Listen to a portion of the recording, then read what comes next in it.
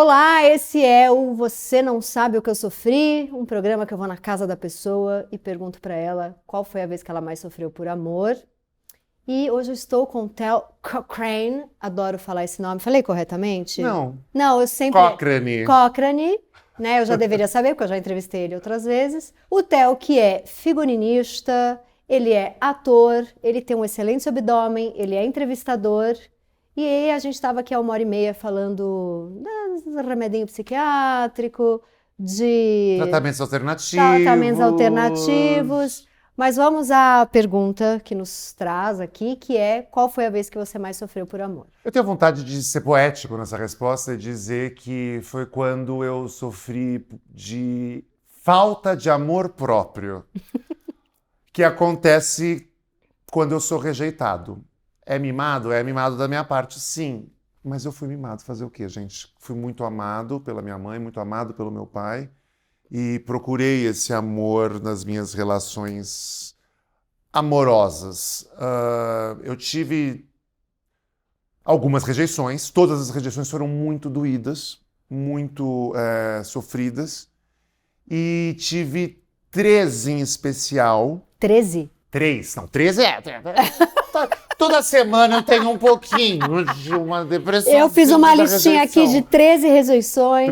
Não, eu tenho 3. Tá. Eu tenho 3. Uma que foi da última mulher que eu me apaixonei quando eu entrei na faculdade. Você levou um pé na bunda de mulher, olha lá. Foi. E aí eu tava adentrando na faculdade de teatro, aí vai experimentações, e eu me apaixonei por essa mulher fortíssima, uma super atriz, que namorava com... Ela tá aí no mercado hoje como uma atriz Vou famosa. botar atriz Depois você vai me premiada, contar. Berlim, não sei o quê. Berlim, tudo, Berlim. gente. E aí eu fui... Ela namorava um grande amigo meu, já há alguns anos, e já tinha uma história. E a gente meio que rolou aquela paixão platônica, mais platônica da parte dela, né? Da minha, não. Mas era uma época que você ficava com mulheres ou você...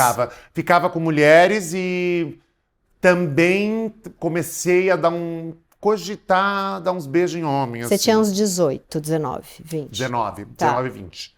Você Mas brincou aí começou com 22, brincou né? de hétero até os 19. Isso. Não, até os 22. Até os 22. 22 a 23. Eu ficava enlouquecido.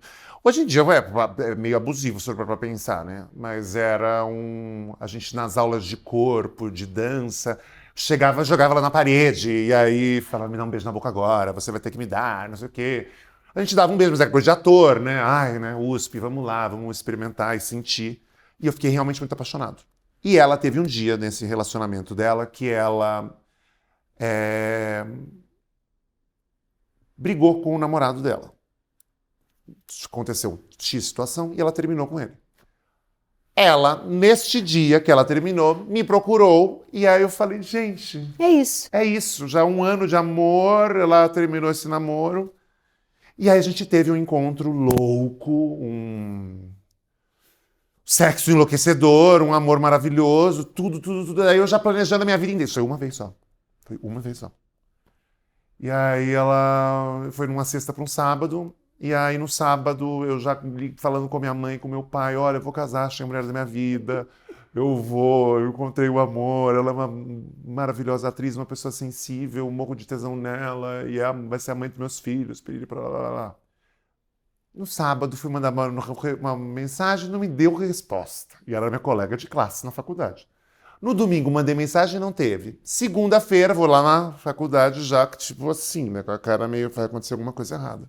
Chego lá, vamos conversar? Eu falei, ai gente, o que ela vai conversar? Ela voltou, né? Voltou, óbvio que voltou. Tinha voltado com o namorado e falou, olha, a gente vai rir disso um dia, nós seremos grandes amigos, com os nossos respectivos, mas o amor da minha vida é ele. E aquilo, gente, aquilo caiu de um jeito... Vocês são amigos hoje em dia? Somos amigos. Ela teve razão, ela foi madura o suficiente. E ela ficou casada com ele, com esse homem, tipo, 20 anos. Caramba! E ela teve filho com ele e tudo. Se separou hoje em dia, tá amando outra pessoa, hoje já tem casou de novo. E viramos grandíssimos amigos, virou minha conselheira. E aí eu comecei a ficar com um homem e... Mas doeu quanto tempo? Doeu tipo 1 ano, assim. 1 ano de tipo... Uma noite, doeu 1 ano. Porque era uma noite que já vinha de algum... sim. Era assim, era um ano antes de amor platônico, de questões de autoaceitação e autodescoberta da minha sexualidade, que eu já tinha namorado algumas mulheres antes e tinham sido relações um pouco caóticas, de adolescente, né? De final de adolescente, tudo muito dramático, exagerado.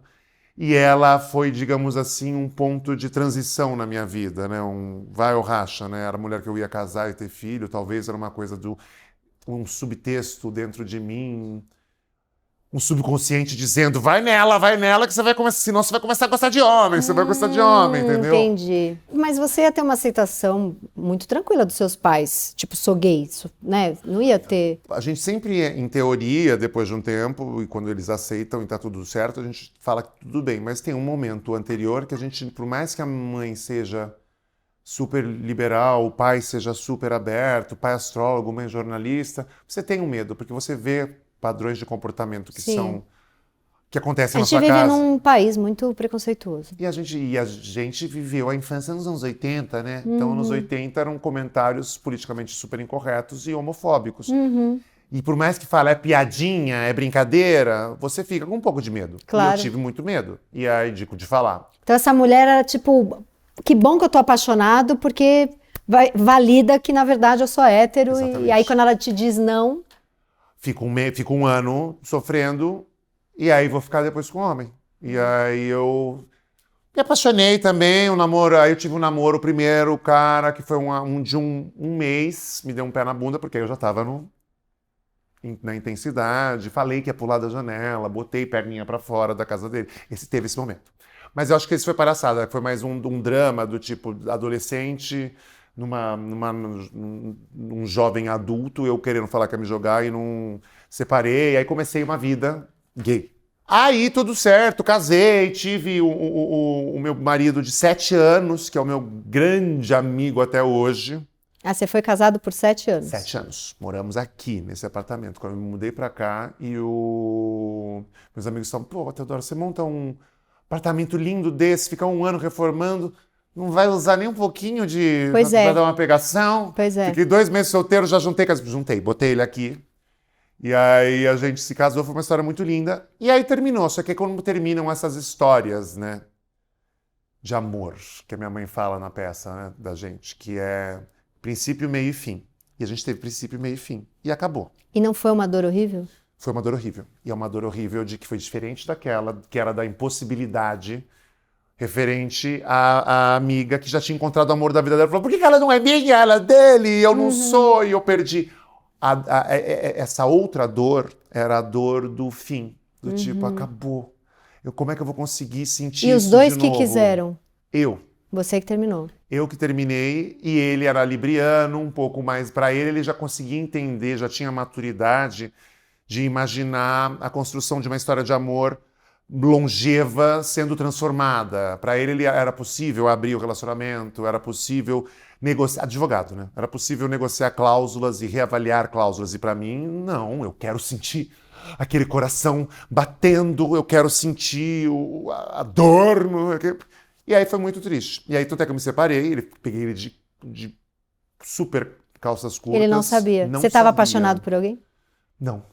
Mas eu tava querendo me apaixonar por alguém. Entendi. Ele acha até hoje que eu tava apaixonado por alguém, mas eu não estava apaixonado por ninguém, Laura. Mas aí a gente se separou e ele foi morar em Berlim 3 meses, muito espertinho, né? Porque eu já não ia vê-lo. E achei maduro, e eu fui fazer novela no Rio de Janeiro. E a gente tinha uma cachorra, uma filha, que era a Vursinha. Vursinha? Vursinha, porque ela era uma ursa, que era toda branquinha. Ah, tá. E a Vursinha morava em Campos do Jordão, porque como eu tocava muito como DJ aqui em São Paulo, e de madrugada ficava a casa vazia, ela enlouquecia, comia o próprio cocô, tava com coprofagia, tava com ovários policísticos, estava estressada que nem eu, cheguei um dia, voltei aqui bêbado, tocando de DJ, tava a casa inteira que é branca, vermelha, falando o que aconteceu, parecia um filme do David Lynch, tipo, ela inteira vermelha, chão vermelho, era o tal do ovário policístico, porque ela tava, tipo, ela entrava um cio no outro. Tadinha, tava estressada. Tava estressada. Foi pra casa de Campos do Jordão. Tá. Aí morou lá na casa de Campos do Jordão. que vocês têm uma casa lá, a família. Tínhamos a casa lá, que o trauma foi tão grande que a casa foi vendida. E, tipo, que minha mãe já não ia, meu irmão foi morar fora. E era essa casa que eu falei, puta, quando teve a pandemia, eu falei, puta, que merda que venderam essa casa, né? Eu ia me mudar para Campo de Jordão, não deu. E aí o cachorro tava, a cachorra ficou lá, ficou feliz, porque tinha outra cachorra lá, e uma vida no campo. E ela era super treinadinha, porque ela, imagina se a minha cachorra não ia ser treinada, né? Ficava em pé, e fazia bailarina, fingia de morta, dava cambalhota, fazia de tudo. E aí um dia ela deve ter, ela tinha gracinha de fugir da casa, de tempos em tempos, para ir brincar com um cavalo que tinha no vizinho. Até a cachorra é doida que nem você. Aí Freud dava brincadinha com o cavalo. Uma vez fugiu, sumiu e nunca mais voltou. E eu não tive o paradeiro dela. Até hoje, não sabe, alguém pegou ela. Sim, o Lauro foi pra lá, o meu ex. Que estava em Berlim. Que estava em Berlim, ele tipo, aí ele já tinha voltado. Aí ele tipo, voltou. Ficou, eu tava fazendo novela, não tinha como sair no Rio. Ele ficou lá procurando ela 10 dias, deu pausa no trabalho, 10 dias em Campos do Jordão. Foi, acho que assim, a Luísa Mel postou no Instagram, a Sabrina Sato postou, foi no rádio, fizemos outdoor, foi em tudo quanto é lugar, botou a fotinho, sumiu. Aí que bateu o luto pesado mesmo, do fim do casamento, da morte da nossa filha, sim, entendeu? Porque é uma simbologia de um negócio que desapareceu, né? Que desapareceu, o amor que acabou, nananana. E aí depois eu fiquei numa baita de uma depressão, ainda juntou comigo sendo tirado do armário, deprimido, que fui pra Bahia a convite, sem gostar de axé. Fui pra Bahia, porque os amigos são Mas você era casado há 7 anos e mídia não tinha descoberto ainda? Não, eu tô falando, eu sou de 2015. 2015 não existia Pablo Vittar como a grande drag da família brasileira. A gente não tinha Instagram. A única mídia que a gente tinha era o site Ego. Que era horrível. E o portal. Eram portais. E tinha Facebook, não tinha nem WhatsApp, era SMS que a gente mandava. E o Paulo Gustavo era a referência, mas ele não era assumido, porque ele tinha a Minha Mãe é uma Peça. Mas ninguém falava de sexualidade ainda. Eram só os atores mais velhos e piriri-pororó. Aí eu tava nesse 2015, minha cachorra fazendo um papel de merda, minha na TV que não deu certo, meu casamento acabou, minha cachorra sumiu, eu fui pro depressivo, fui pra esse carnaval na Bahia.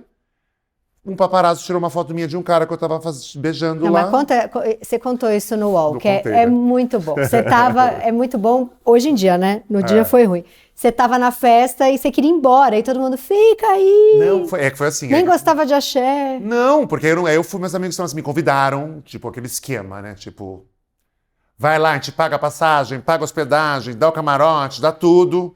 Pra você passar o carnaval, eu querendo passar aqui, meus amigos, não, vamos pra lá. E você fazendo novela das 7.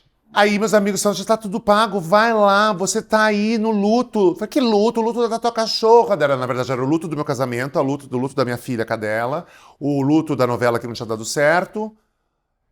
Aí eu falei, quer saber, eu vou. E eu tinha tido dengue ainda, tinha pegado dengue. Desculpa, mas tudo que você fala de desgraça eu dou risada. Que bom, né, a gente? Minha cachorra morreu, mas é que o jeito que você fala, mas vai. É isso, né? Só assim pra sobreviver. E aí eu tenho que rir. Eu tinha tido dengue e tinha parado de beber, daí que eu fiquei por primeira vez saradão. Porque quando você para de beber, você fica saradão, tava todo bonitão. Mas você tá aí todo bonitão. A dengue dá aquela emagrecida. Deu aquela emagrecida, não sei o quê.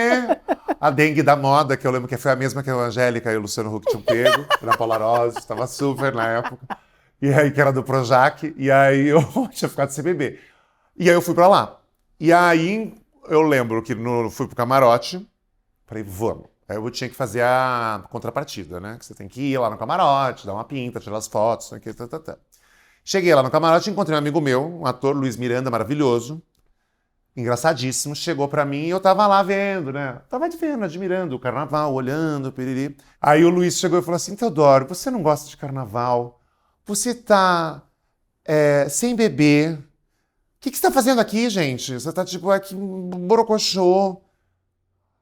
Falei, é verdade, né? Meu fígado já tá bom, porque o fígado dá uma destruída por causa da dengue, parou de parar de beber. Meu fígado já tá bom, eu tô aqui, vou beber, vou celebrar. Aí resolvi beber. Bebi, vodka, né?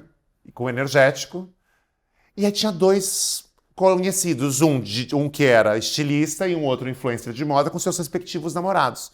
E aí eu bêbado, comecei, gente, eu nunca vou ter isso na minha vida. porque eu não vou poder abraçar o meu amor e dizer esse é o homem que eu amo. Porque senão não pegava papel não em pegava novela. papel, a Globo não ia me contratar. Né? A Globo, a mágoa da Globo, né? Tem a mágoa da Globo, mas tipo, a mágoa do mercado, eu não vou conseguir naquela época. Não. Só que aí passou mais um tempo, fui beber e já tava vendo um movimento meio gracinha, quase dando uns beijos, quase fazendo homenagem no meio do camarote. Eu falei, gente, não. Respira, Teodoro, vai embora. E vai encontrar seus amigos. Eu fui pro outro camarote encontrar meus amigos. Era 1h da manhã. Na hora que eu saí do camarote, estava tudo escuro, não tinha ninguém. Veio uma pessoa que eu já tinha encontrado no passado, que tinha tido um encontro maravilhoso. Sorri para mim, eu sorrio para ele, dou um beijo, mas é um beijo assim. Entendi, um selito. Um selinho molhado. E aí eu veio um flash. Tum. Aí eu meio bêbado olhei e falei... Era um flash? Você falou, não, acho que não flash, gente. Não sou famoso o suficiente para ter um paparazzo atrás de mim. Vida que segue. Fomos no camarote, que era o 222, que era um camarote mais friendly, que não tinha fotógrafo, mais discreto. Ficamos lá namorandinho, tudo certo. No dia seguinte, não dormimos, não transamos. Né? No dia seguinte, liga pra... Toca meu telefone, não, vamos nos ver, vamos pra Trancoso, que eu tenho um amigo, ele tinha um amigo que tinha um hotel, eu falei, nossa, vai ser maravilhoso, vou sair do carnaval, a gente vai celebrar a nossa história. E aí era 6h da manhã, 8h da manhã toca meu telefone, 021-24-444000, que é o telefone da Rede Globo. Globo. Eu falei, gente, a Globo vai me chamar. Papel novo, aumento. Tá tudo certo, a vida tá andando, não sei o quê. A vida presta. Aí liga aqui, oi, Teodoro, tudo bom? Aqui é do Globo.com, do site Ego, a gente precisa de umas aspas suas referente ao rapaz que você estava dando um beijo no camarote na Bahia. Eu falei, o quê? Nada a declarar, tum. E desliguei. Falando assim, é horrível. É horrível essa postura. Hoje em dia não faz o menor sentido isso. Sim, mas era 2015. Hoje em dia eu, enquanto um cara fora do armário, levanta a bandeira dos LGBTQIAPN+, acho um absurdo. Acho que quanto mais gente sair do armário, mais... importante e para que a gente diminua o nosso número podre de campeões de crimes de homofobia. LGBTQIAPN+, fobia. Naquela época, quem saía e falava da própria sexualidade era quem ia num programa de televisão de gosto duvidoso e você achava que a pessoa estava querendo aparecer. Era só para aparecer, já que a mídia não estava dando aquela chance. Então não era correto, não era elegante. E era uma ignorância da nossa parte. Era uma homofobia que a gente tinha intrínseca na gente e que a gente só repetia esses padrões e como funcionava o mercado.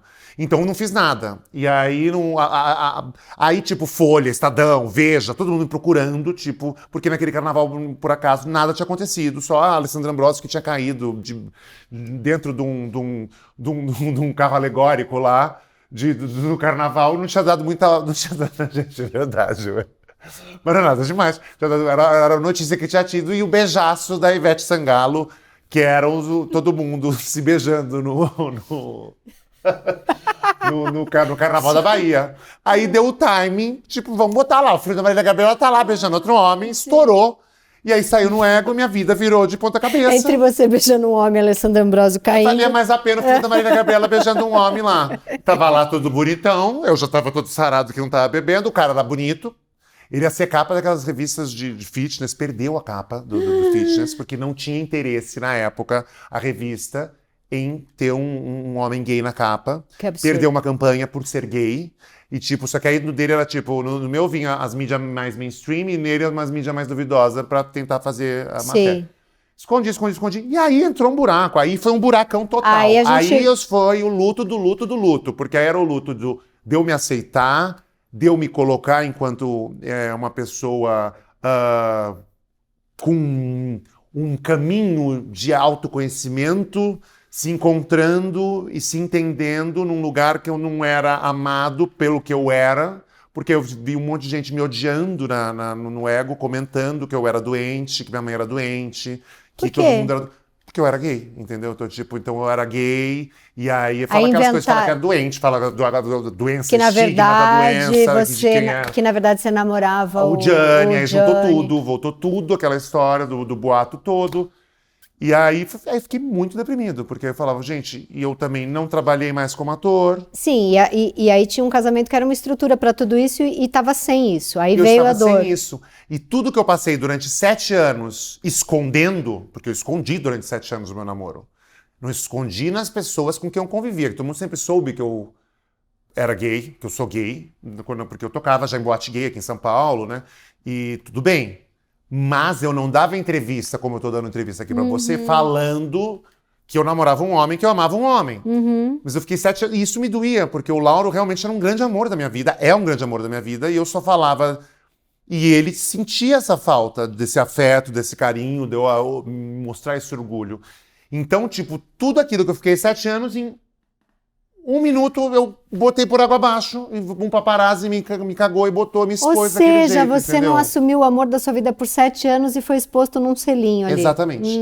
E aí, assim, aí quando fui pedir milhões de desculpas pra ele percebeu o drama, mas é porque eu realmente falei, gente, E, e o desculpa. Lauro ficou chateadíssimo. Claro, né? E é tipo, não é que ficou chateado porque ele sempre foi mais equilibrado do que eu, mas ele, tipo, claro que ficou magoado, porque era uma coisa que pra ele era importante. E eu acho que muito do nosso amor, inclusive, desmoronou por eu ter essas travas dentro de mim, do tipo, ninguém pode saber, ninguém pode ver, Entendi. senão eu vou conseguir trabalhar e periri pororó. E aí foi lá e por uma pessoa que era legal, tudo, mas não era namorada, era uma ficada, entendeu? E que gerou uma coisa que depois desembocou. Enfim, foi uma época, uma névoa pesada que eu só fui superar fazendo um filme. Que aí eu peguei a minha grana que eu tinha, juntado, fazendo novela, etc e tal, e dirigi um filme, que chama Para Salvar Betty, inspirado num conto que chama Para Salvar Betty, do Amilcar Betega, meu autor favorito, gaúcho, que fala sobre sobrevivencialistas, que são os depressivos que vivem numa boa e que não ficam falando, ó, vida aos céus, mas que estão aqui deprimidos, convivendo com todo mundo. Como chama o autor? É, Amilcar Betega. E aí o livro chama Contos sobre o Cansaço. Fala um pouco de melancolia e tem um que fala dessa cachorra que está passando por um tratamento e um cara que está no fim de um casamento e que está sem saber o que fazer da vida e aceita um subtrabalho e começa a criar uma história com uma cachorra até que a cachorra tem um fim X. Falei, é esse momento agora que eu preciso fazer isso. Esse é o seu filme ou esse é o conto? Esse é o conto e esse é o meu filme. Tá Aí eu bom. adaptei este conto para o meu filme, chamei minha mãe, chamei o Fagundes, filmei aqui na minha casa. E aí ela é um filme lindo, que inclusive o ano que vem eu vou lançar ele, disponibilizar, mas não dá pra ver, o pedaço já apareceu. E eu fiz esse filme, que foi a minha cura foi fazer esse filme. Eu dirigi esse filme, fiquei 1 ano na função do filme. Botei uma puta Mas grana, nesse momento, quando você se vê sofrendo tanto e você tinha um casamento estável com alguém que ainda te amava, deu vontade de voltar com ele? Claro que deu. Claro que deu. Então. Mas aí ele, como um bom libriano, definiu, não, agora não. Agora não, Teodoro, já foi, você fez essa escolha. E aí eu já fui pra Alemanha, fiquei lá 3 meses, é isso aí, você estava certo. Você foi atrás dele em Berlim? Não, porque eu tava fazendo novela, mas eu mandei flores lá em Berlim. Tipo, sei lá, aqueles primeiros sites de flor lá, sei lá, que mandava internacional, mandei um monte de rosa vermelha, mas não adiantou. E tipo, mas aí amadureceu e ficou e virou. Esse foi uma sofrida de amor. E aí teve um outro, aí eu fiquei 4 anos solteiro. 4 anos solteiros, meio traumatizado. E não teve nenhuma voltadinha com esse Lauro? Nada, nunca teve voltadinha. Nunca mais. E hoje em dia ele é casado com outra pessoa? Ele não, ele chegou a namorar uma outra pessoa. Começou a namorar um outro advogado, mas aí a vida fica sem graça, né? Advogado que tá namorando com um ator, meio intempestivo. Aí né? vai pra outro advogado. Vai pra outro advogado, ficou lá, também era animado o advogado, mas não era tão animado quanto ele. Mas eles ficaram, namoraram um tempo. Mas a gente como já tinha esse esmorecimento do amor, foi mais fácil. Sei. Que esse aí a iniciativa foi minha, que não foi equiparado na intensidade da outra e última sofrida de amor. Então vamos, mas você ficou 4 anos solteiro, só pegando só jovens, sem se apaixonar. Só comportamentos de risco. Hã? Só comportamentos de risco, péssimo. E aí sofrendo não, curtindo enlouquecidamente. E aí até que chegou uma hora, e eu tava meio solteirão mesmo, e tava ok. Aí chegou uma pessoa, este cara, que eu conheci no Instagram e ele começou a gente começou a se falar, ele era do interior de Minas, e ele ia se mudar para São Paulo, e aí a gente se encontrou, começou a ficar. E era alguém que era muito diferente do meu universo. Muito. Era modelo, era jogador de vôlei, e era isso. E tudo bem. Tudo bem, tá ótimo. E tudo bem. E aí eu já era uma pessoa que eu era ator, tinha o figurino e diretor de filme e tava com as minhas questões lá. E tudo bem, mas a gente achou complementar. Ele tinha uma energia super baixa, super yin, e eu uma energia mais yang, então ficava... Ele era mais solar. Na verdade, eu sou mais solar. Na verdade, eu sou um lunar dos infernos. Então é como se fosse um... É um lunar pegando fogo. Pegando fogo. E ele era mais tranquilão. Entendi. E aí, só que tranquilão um pouco demais. Sei. E aí ele tinha uma que era mais jovem do que eu, então tinha um olhar um pouco mais puro para as coisas, mais inexperiente com a vida. E Qual era a diferença? Você tinha que idade nessa época? Eu tinha, na época, 38, 37 para 38. Tá, e ele tinha ele tinha 26 para 27. ele era bem mais novo. Bem mais jovem. E aí a gente ficou e era um sexo maravilhoso. Eu nunca fui desses, assim, as pessoas com quem eu me envolvi amorosamente, o sexo é uma coisa que eu construí... Não era de cara. Não era de cara. Muito doido isso. Tem que explicar. Tentei na terapia, ainda não consegui entender, mas é uma coisa do tipo da intimidade mesmo. Vai dando e o sexo vai melhorando e fica maravilhoso depois de um tempo. Nunca tinha pego que era uma de cara, a coisa mais incrível era o sexo. O famoso amor de pica. Amor de pica. É. E aí era um amor intenso, era um tesão intenso que se confundia. E aí eram umas coisas, tipo... E aí começou a bater as diferenças, né? De interesse. Não queria ver uns filmes que eu queria ver. Não queria fazer os programas que eu queria fazer. Começou a me achar arrogante.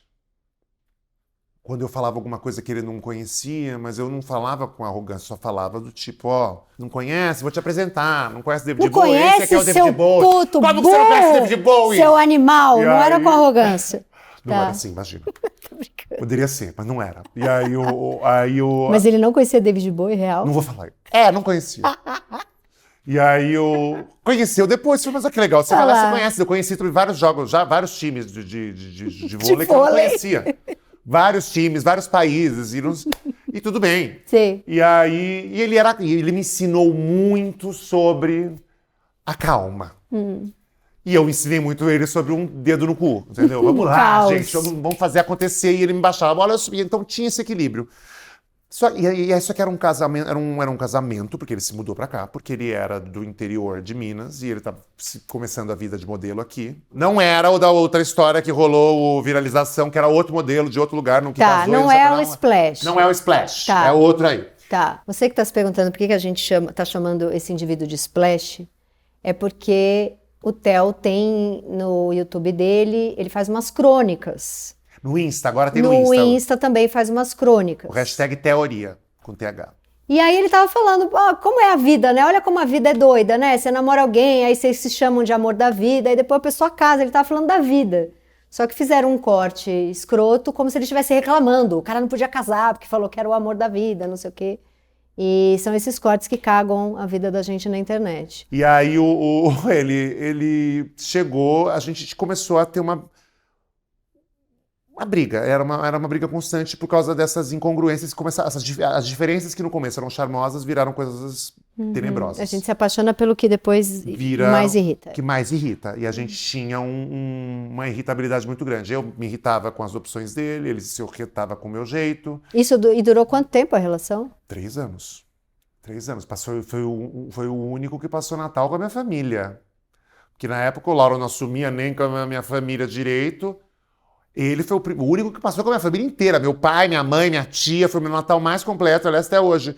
Vai ver a foto lá, tem um blur na cara dele, porque não faz sentido ele ali no coisa. Foi uma paixãozona. E aí a gente morava junto e chegou uma hora que, tipo... Aqui? Você morou aqui com ele? Nessa casa também com ele. E aí era uma coisa do tipo assim... eu trabalhava de DJ numa balada e aí ele trabalhava de Promoter da balada, gay. Que receita pro sucesso, né? Sim. Cheio de bicha, linda, louca, na balada, com e o seu namorado fazendo promoção. Sim. Tendo que interagir com todo mundo. E ele gato. E ele gato. E aí chegava um dia que eu não ia, eu tocava, tinha vezes que eu não ia, e ele voltava de madrugada, 6 horas da manhã, e teve uma vez que tipo, chegou um ápice que eu quebrei uma porta aqui.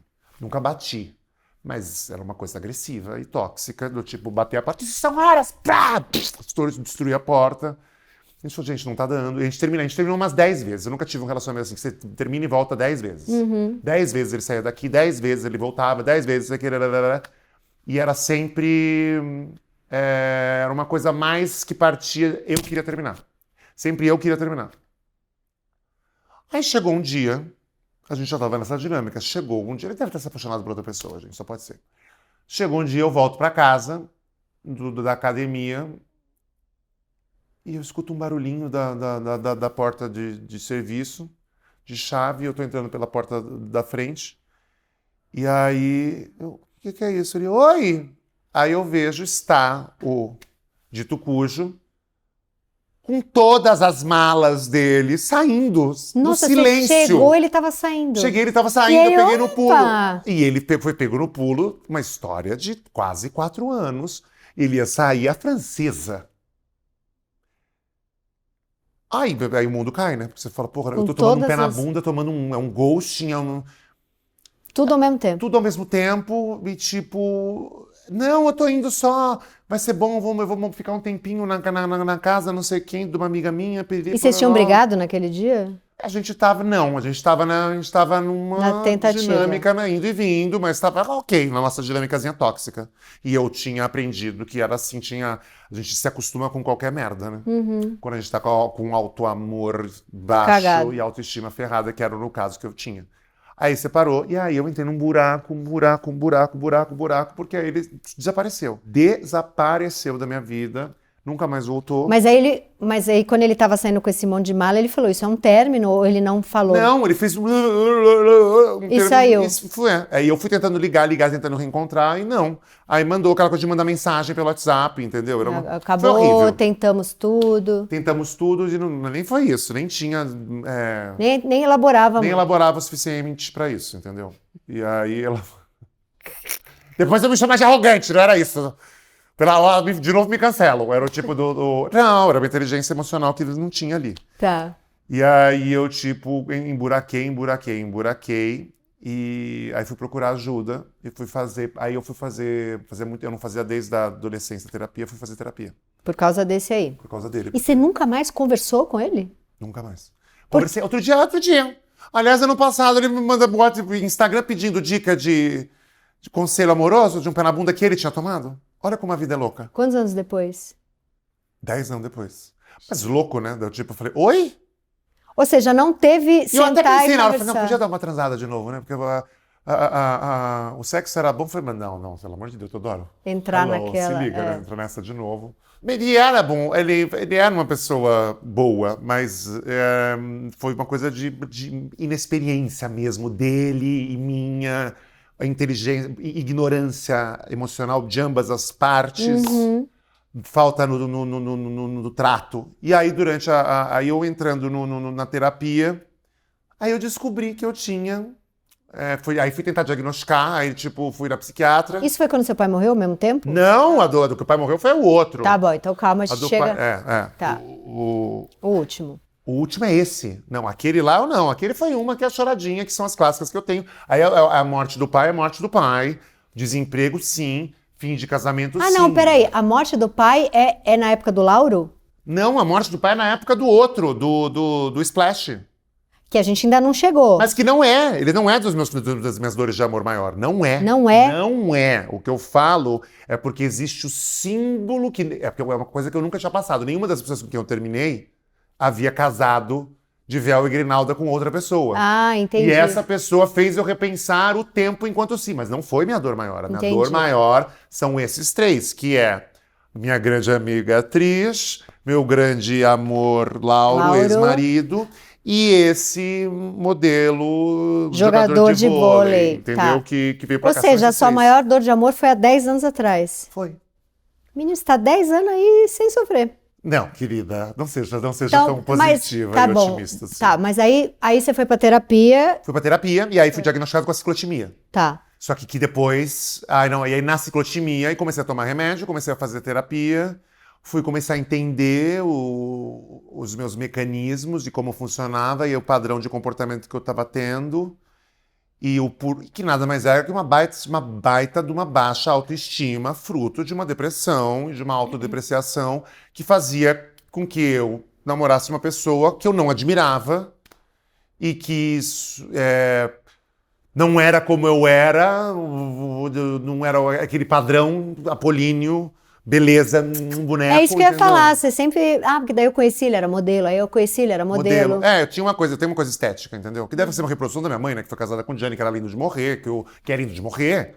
Que o meu pai, que era lindo de morrer, que sempre namorou com homens lindos. Eu sempre namorei uns homens bem bonitos mesmo, né? Uma coisa que eu acho que é um defeito meu. Porque eu acho que eu já deixei de viver histórias muito mais profundas e interessantes por causa de uma superficialidade que é uma aparência estética. Acho que já melhorou, mas já foi muito pior, foi muito caricato. E nessa época era isso, que era tipo para mais uma...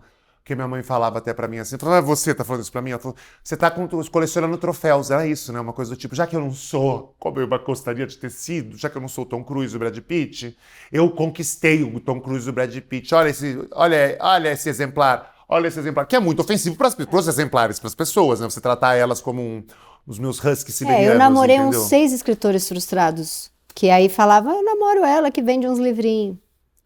Horrível. Eu me sentia, só que Você era o troféu. É. Você era o troféu. É muito horrível pra pessoa. E peço desculpas a todos esses. Eu não peço que eu não, fiz eles isso. se fodam. Não, você... Eles podem mandar me ferrar. Isso já mandaram. Mas aí eu fui tentar entender e descobri que não era bem assim. Que a vida vai para além de um pinto, uma bunda e um rosto bonito e um comportamento pacífico. Tem outras coisas envolvidas, né? Vamos lá, né? A gente faz terapia, a gente estuda, a gente lê. Vamos verticalizar um pouquinho mais uma parte tão importante da minha vida, pelo menos. E quanto tempo durou essa dor? Nossa, durou pra cacete. Mas ele foi um grande amor nesse lugar, assim? Ou é o pé na bunda que fazia ele sofrer? É o pé na bunda, é uma coisa do... É autoestima. Por isso que eu acho que sempre mistura. É uma coisa de... Porque você mesmo largou ele umas 10 vezes. Pois é. É uma coisa tipo, como eu larguei... Ele largou, quando ele me larga, ia me largar assim, entendeu? Talvez ele cansou, né? Meu analista uma vez falou um negócio que eu achei muito bom. Ele falou, às vezes a gente tá olhando uma pessoa, e aí pode ser homem ou mulher, e a pessoa, ela tá muito fragilizada. Então a gente olha aquela pessoa, ela não tem falo. Mas quando ela te larga, ela recupera. Mesmo que seja uma pessoa que você não admirava tanto pela inteligência, pelo trabalho, pelo que conquistou na vida, qualquer que seja a coisa. Mas quando ele te larga, ele ganha o falo.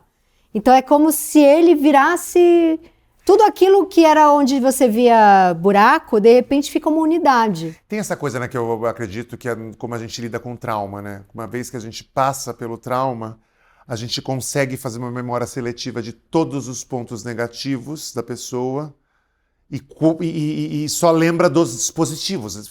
Mas e todas aquelas porcarias? Não, tudo virou uma maravilha, né? Você só consegue falar, gente, faz uma força, tenta lembrar o ruim. O ruim a gente não consegue. Não consegue. É uma coisa de gente com E autoestima aí muito você destruída, durou né? o quê? Uns 3 aninhos essa dor. Sim. E principalmente porque não teve sentar, conversar e encerrar. Ele foi embora e sumiu. Eu me achei muito idiota, sabe? Eu achei muito idiota. Falei, por que é isso? E era um namorado que... Foi o único namorado que eu tive que meus melhores amigos falavam, não gostei. Que a minha família, tipo, não entendia. As pessoas não me entendiam. Eu era totalmente cego. E eu falava, gente, não... É maravilhoso, olha que história maravilhosa. E todo mundo em volta falava, não tem nada a ver com você, não tem nada a ver com você, vocês têm uma coisa muito tóxica. Eu falava, não é. E aí quando puxa o tapete, e que todo mundo poderia chegar e falar, eu te avisei, as pessoas eu falava, não fala pra mim, não fala que você avisou, eu já sabia. Tá bom, tá ok. Aquilo vai me dando uma raiva, era uma raiva de mim mesmo. A gente confunde grande amor com grande sofrimento. É. Você sofreu porque levou o pé na bunda, porque era tóxico enquanto durou, porque você ficou com a autoestima baixa. Porque eu me achei um burro, porque Porque eu me achei idiota, você entendeu? sentiu saudade do caos também. Porque Exatamente, a gente se acostuma.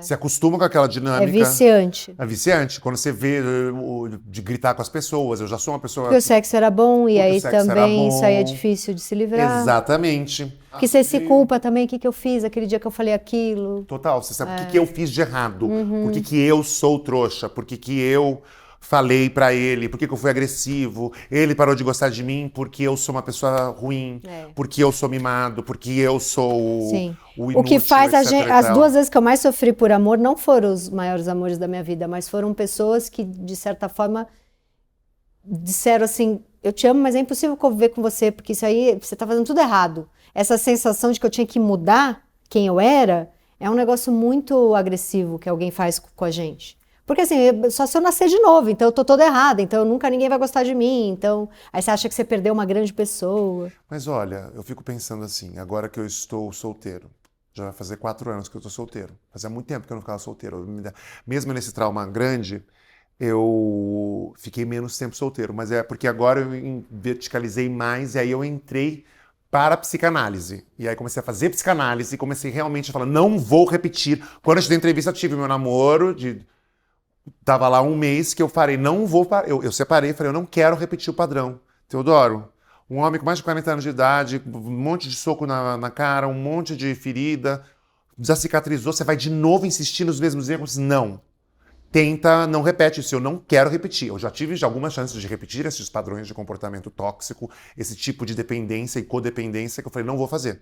E hoje em dia eu falo, eu prefiro ficar um tempo comigo mesmo, sozinho, e também acho que tem uma parcela de trauma, né, gente? A gente fica um pouco com medinho de sofrer de Mas novo, dá a né? real aí, faz 10 anos que você não sofre. Não, eu sofro muito. Esse ano É eu que não sofri de foram os novo. maiores. É, eu sofro. Eu já saí com várias pessoas que eu idealizei já, e eu acredito e tento, imagina, que eu acho até caricato, eu gosto de fazer a cena, sabe? O teatro me botou de novo nesse lugar exacerbado e artístico. Ai, você é muito louco, Teodoro, você é muito louco. E aí eu me namoro, mas é imaturo. E aí eu já crio expectativas com a pessoa. E aí a pessoa me dá um perdido depois de 2 semanas de date, e aí eu fico mal, mas dura menos. Mas Claro. Eu tenho menos. Não, Porque a mas esse pessoa não longo- tem tanta importância. não, mas eu tenho. Nesses 10 anos eu tive, sei lá, os meus 20. E o Splash não sofrimentinhos. foi, então, um grande amor. Foi um grande amor. Foi um grande amor, sim, porque foi alguém que eu namorei durante 3, 4 anos e eu estou. E esse veio depois Veio depois. do vôlei. E foi o meu amor que eu digo mais maduro que eu tive. Da minha parte e dele. Era uma pessoa que está casando, uma pessoa que consegue casar de véu, grinalda, essas coisas. É uma pessoa que eu acho que é madura emocionalmente, sempre foi muito mais madura emocionalmente do que eu. E terminou de uma maneira muito Civilizado. civilizada. E por isso que pra mim foi tão horroroso. Na época que eu falei, foi tudo civilizado, foi, tá, faz sentido. E eu não sofri, mas foi uma coisa mais intelectualizada que, tipo, não me deixava entrar no buraco. Mas enfim, aí esse foi um relacionamento mais saudável, não tóxico. Não tóxico. E foi tão não tóxico que fez eu repensar. E eu tô há 4 anos solteiro. Mas não é que é no mau sentido tô solteirão. Não, eu estou num processo, parece autoajuda. É autoajuda, porque eu tô me ajudando.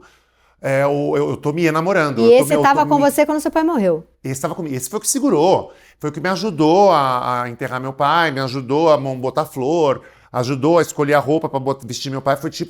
Foi um cara muito ponta firme comigo, que segurou enquanto pode segurar um cara numa crise depressiva, entendeu? Entendi. Que não é fácil Vocês se namorar. terminaram numa época que você estava muito mal. Muito mal, muito mal. E eu entendo, gente, pelo amor de Deus, ele segurou uma boa bucha, né? Pegou uns 6 meses ali de buracão e foi firme e forte, bravo. Então, só que mas aí foi um processo de autoconhecimento mesmo, que eu tinha que fazer. Eu precisava ficar sozinho. Eu precisava ficar 4 anos repensando a minha vida. Você acha que você é um cara meio casadinho com a sua mãe? Tô casadinho com a minha mãe agora, com a peça.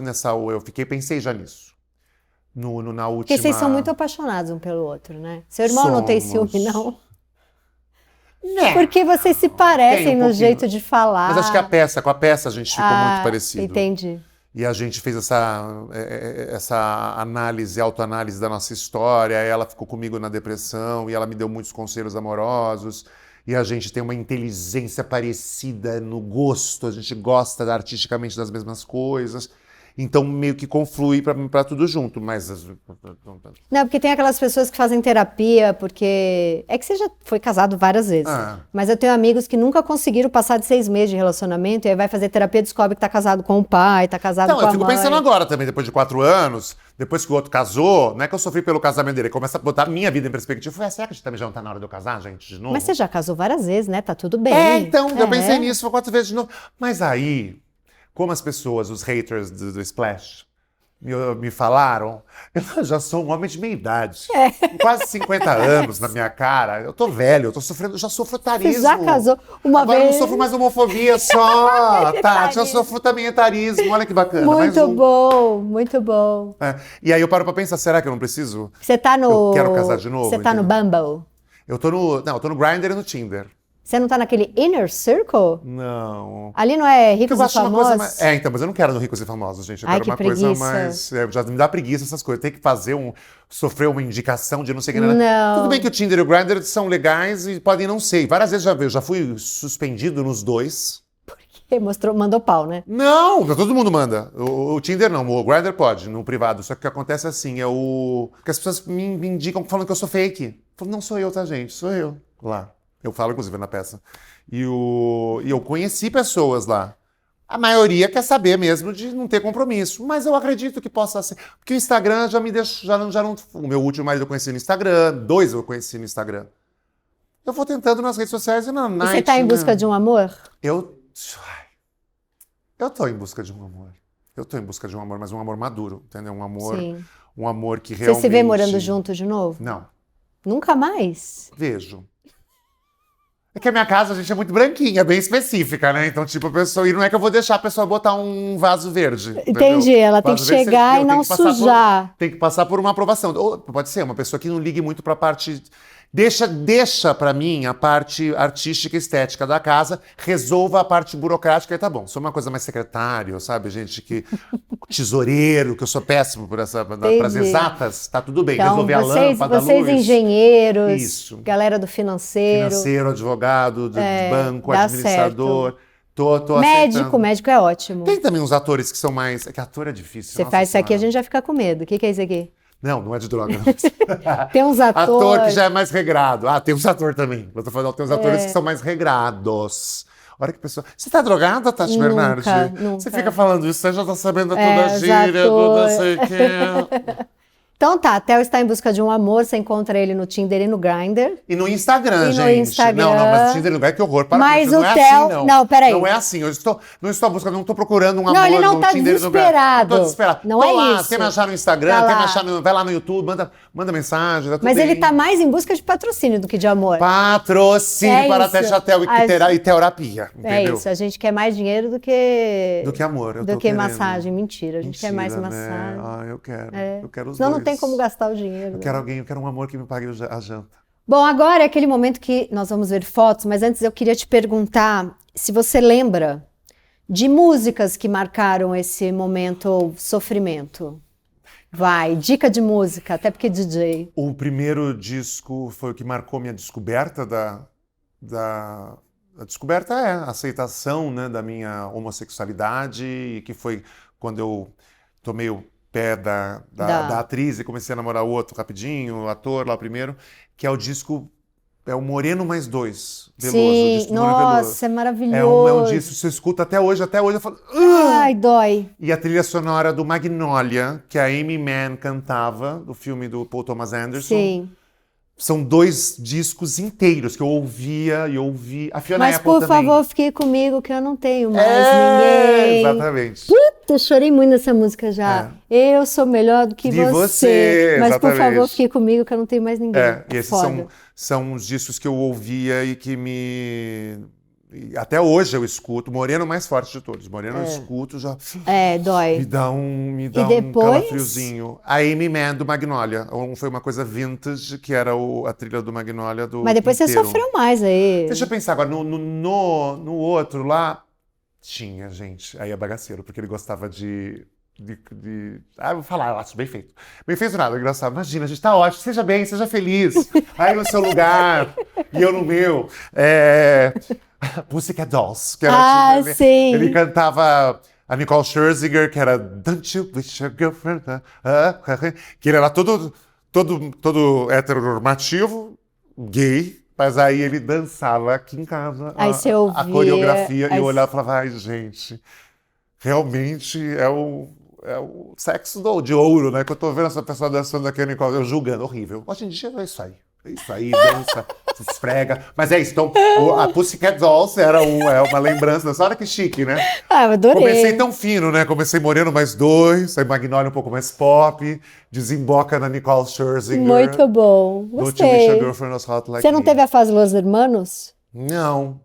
Los Hermanos não tive, mas é lindo, né, Los Hermanos? Não é? Nossa. Dixi, chorei muito em Los Hermanos. Não, eu tenho um clássico. Clássico também da época de adolescência, que até hoje, sim. E quando eu fico deprimido, eu escuto bastante, que é Radiohead. Ah, eu também. Me ajuda bastante a botar pra fora. Radiohead é muita musiquinha do deprê, né? do deprimido arrombado. É o deprimido arrombado. Arrombado e artístico. Então ele, eu sou branco, eu sofro, aí colocam Radiohead. Privilegiado. É o deprimidinho arrombado. Tá, fotos, vamos ver fotos agora. Vou pegar. Corte pras fotos. Essas aqui, não vou expor as pessoas, né? Mas essas duas são da época de EAD, Escola de Arte Dramática, que é quando sua eu conheci primeira a atriz, paixão. a minha grande paixão, minha última, derradeira paixão feminina, né? Tá. E aí a peça que eu fiz com ela, que eu fazia o Hamlet. Gente, que diferente. Você vê, é a juventude, né, gente? Nada como 25 anos a menos pra deixar a gente... Mas tá belíssimo aqui e belíssimo aí agora. Que bom. Que linda essas fotos. Era bom, tipo, intenso, sofrendo, fazendo cena. Essa musculatura é algo já seu? Porque isso aqui é uma bela musculatura, ó. É da Ashtanga Yoga. Mas é meu, tem até hoje, mas eu fazia Ashtanga Yoga nessa época. Entendi, uma boa musculatura. Você deve ter uma bela saboneteira. Tem uma bela saboneteira. Olha, Olha que saboneteira. cabe umas Cabe coisas um aí. febo. Cabe um febo. Vai. Aqui foi quando eu tive a minha cachorra que desapareceu. Primeiro eu vou mostrar a minha cachorrinha. Ai, Essa era a Vursa. gente, linda. A Vursinha. Lá em Campos do Jordão, que eu ficava dentro de casa e ela vinha às vezes na janela. O que será que aconteceu com essa cachorra? Ai, era um amor, uma paixão. Aqui. Gente, isso aí tá triste. Triste. Esse aqui eu tive tendinite calcária quando eu tô. Esse foi quando esse foi o perdido do jogador de vôlei. E aí eu tava super cabelo liso, você alisava? Né, aquela coisa do tipo, vou mudar a vida, né? Separar, vou ter um cabelo diferente. Parece outra pessoa. Pois é, aí fiz uma progressiva na época. E você e aí você fez um drama? Você fez essa foto de propósito? Foi, de propósito, foi mais drama, mas eu tava com dor também, que eu tava com o resto de anestésia. Você operou aqui? Tirei uma calcificação do ombro que tava doendo para cacete, que eu acho que também acredito um pouco em somatização. Ah, sim, total. Aqui saindo, feliz da vida, depois... Bonito. No mesmo dia, né? No mesmo dia. Aqui eu tomou um banho, você molhou tá meio um pouco. rockster aqui. Ah, pois é, querida. É o rock and roll, é o espírito... Tá. Aqui, ó, depois eu fui virar DJ, toda a época do cabelo liso, a época deprimido, muito deprimido. Deprimido aqui. Sempre tocando deprimido, entendeu? Era um personagem depressivo, fui largado sem avisar. Tá. Esse foi quando me tiraram do armário. Esse foi quando eu separei do Lauro. Tá. E aí eu fui passar o carnaval, essa é a minha cara de quem foi arrancado do armário. Ah, Tava tipo, é isso aqui, mesmo, isso aqui, bicha sou eu, mesmo. uma bichona. Bicha mesmo. Bichona bigoduda. E aí, eu fazendo visita técnica na locação, que eu ia gravar o filme, que foi a minha cura da separação da cachorra. Que gato. Que lindo. Você não fez como ator o filme? Não, só isso aí diretor. não dava, né? Mas eu fiz, tipo, desde teste de locação, direção de arte, figurino, cenário, roteiro, Nossa, produção. muito Se eu fizesse bom. o protagonista, ia ser muito... E a sua mãe é instigado. atriz. E ela foi. E esse cacholito? E ela que morreu, que Deus a tenha também, a Bel, que era a cachorra que eu dediquei o filme, que foi quem interpretou a cachorra da história do Amilcar Betega. É a cachorra atriz. Que é a cachorra atriz. Tá entendeu? bom, muito bonitinha. Que mais? Que já veio a óbito. Eu deprimido também da separação, aqui fazendo uma cena pra... Celso, fecha muito o olho, tá vendo? Sei, pra sentir a dor. Sentir a dor, não consigo sorrir pra foto. Aqui fazendo Saramandaia, era uma guerra de... Qual o término? Término do Lauro também, Lauro. Todo do Lauro, dessa época forte, intensa, e tira do armário. Sangrando, mas não sangrando. Sangrando, mas não sangrando. Aqui Alex, você tá feliz aí não? É o palhaço triste.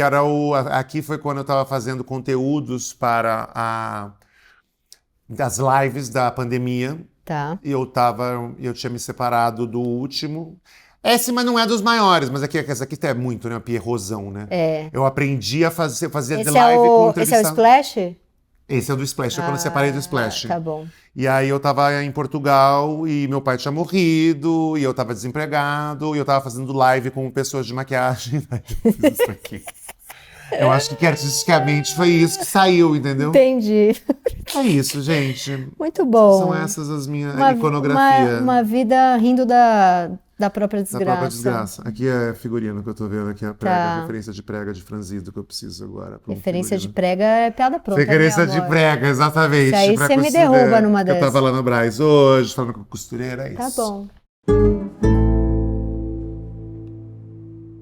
Amor, você é uma coisa maravilhosa da natureza. Você que é maravilhosa. E eu gostei desse terninho aí. Você gostou? João Pimenta. João Pimenta é maravilhoso. Sempre maravilhoso. Patrocina aqui, me manda uns terninhos.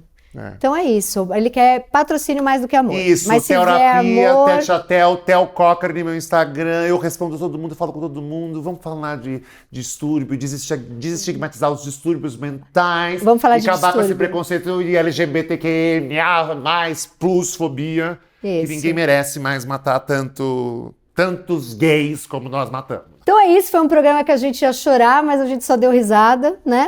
Como sempre, ele foi no UOL e a gente ia falar do velório do pai dele, a gente teve ataque de riso. É um problema nosso, né? É um problema. Ou não. É uma questão de sobrevivência. E olha, a gente não falou uma vez o nome Marília Gabriela. Aê! Falamos dela, mas não falamos o nome dela. Eu sou Teodoro Cochrane, o filho da Marília Gabriela. Muito bom. Ela tem outro também, o Cristiano Cochrane. Até o próximo programa.